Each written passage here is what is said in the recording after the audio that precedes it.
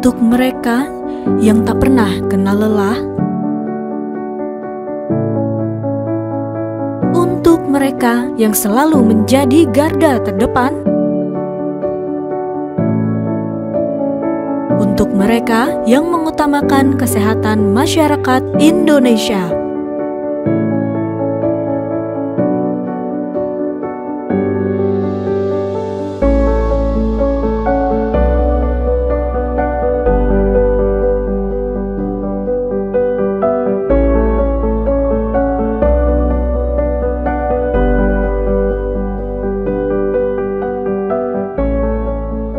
Jadi waktu kecil itu saya ngerasa kalau sakit gitu, terus ketemu dokter aja tuh kayak rasanya udah sembuh, rasanya gitu. Nah kemudian waktu sekolah kan ada tes kayak minat bakat kayak gitu kan. Nah itu tuh di pikiran saya sebetulnya jadi dokter itu sulit gitu, dan kayaknya sekolahnya juga panjang kan, jadi nggak terlalu terpikirkan gitu. Nah, ya jujur dulu memang pertama kali arahan dari orang tua ya, karena melihat kemampuan juga aku lebih tertarik juga ke ilmu-ilmu kesehatan gitu.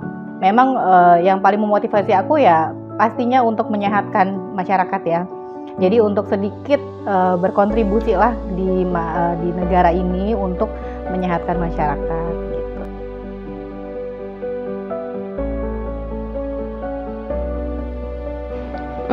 Suka dukanya ya, sukanya ketika saya berhasil melihat seorang pasien yang tadinya sakit dan akhirnya menjadi sehat dan happy lagi gitu ya. Namun untuk dukanya mungkin banyak pengorbanannya juga nih selama perjalanannya dari sebelum jadi dokter sampai akhirnya menjadi dokter.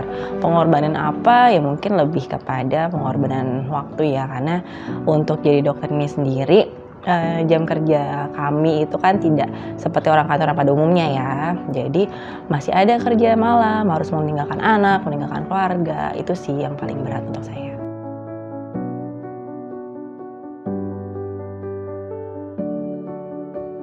Nah, waktu itu ada pasien yang dia itu dengan trauma inhalasi dan luka bakar cukup luas gitu. Dan sebetulnya harapan hidupnya itu tuh nggak baik gitu. Nah tapi ternyata pasien itu up and down kondisinya gitu, dan kita juga pemberian nutrisinya juga kan ngikutin kondisi pasiennya yang up and down gitu, dan ternyata pasiennya itu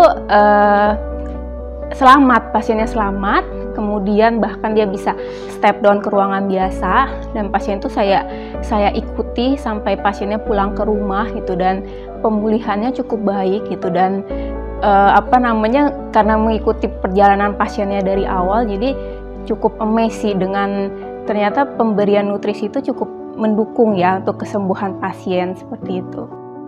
Pernah sih sekali ada yang bikin sedih karena pasien itu setelah melahirkan ternyata rahimnya tidak berkontraksi, ternyata HB-nya dicek 2, saya itu harus sampai menekan uterusnya, rahimnya itu dari dalam pakai tangan, menahan sampai dokter obgynnya datang.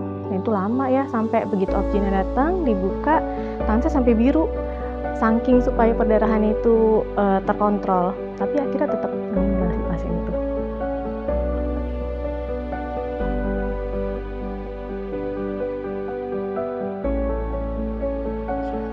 Untuk dokter-dokter di Indonesia tetap semangat, semakin majunya teknologi saat ini, kita kan harus juga berlomba-lomba untuk mengejar, untuk bisa mengikuti kemajuan teknologi, perkembangan zaman, dan menjadi dokter itu suatu anugerah gitu. Jadi itu harus sesuatu yang kita kerjakan dengan sepenuh hati. Jadi dokter itu ya pasti tidak mudah ya, banyak banget rintangan, banyak banget